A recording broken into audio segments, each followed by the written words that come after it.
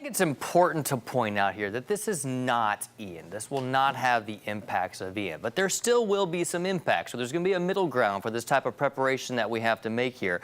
Looking out over the tropics, we do have another disturbance east of Bermuda this morning, just a 30% chance of development. Not concerned with that one. Subtropical Storm Nicole is obviously the storm that we're keeping an eye on. That 4 a.m. advisory from the National Hurricane Center putting wind speeds at 45 miles per hour. It's roughly 400 miles east-northeast of the northwestern Bahamas this morning. So it's beginning to turn to the west, but it's also beginning to strengthen, organize, become more of a tropical storm. And out ahead of this approach, we do have now tropical storm watches in effect for the entire 10 Tampa Bay area. Areas east now underneath tropical storm warnings. Let me show you the latest forecast cone here from the National Hurricane Center.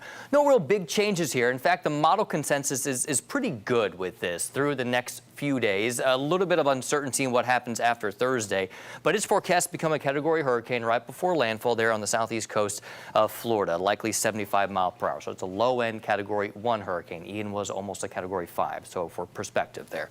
And then turn to the north, we will still begin to see impacts as early as Wednesday afternoon. The storm then races up to the north and east, clearing out of the area by Friday, certainly into Saturday. Now, we'll likely begin to see some wind and some rain begin to arrive Wednesday afternoon into Wednesday night. We could see some tropical storm force wind gusts up there around 45 to 50 miles per hour, more likely over towards the east coast. There is a small chance for some tornadoes as we head through Wednesday night into Thursday morning.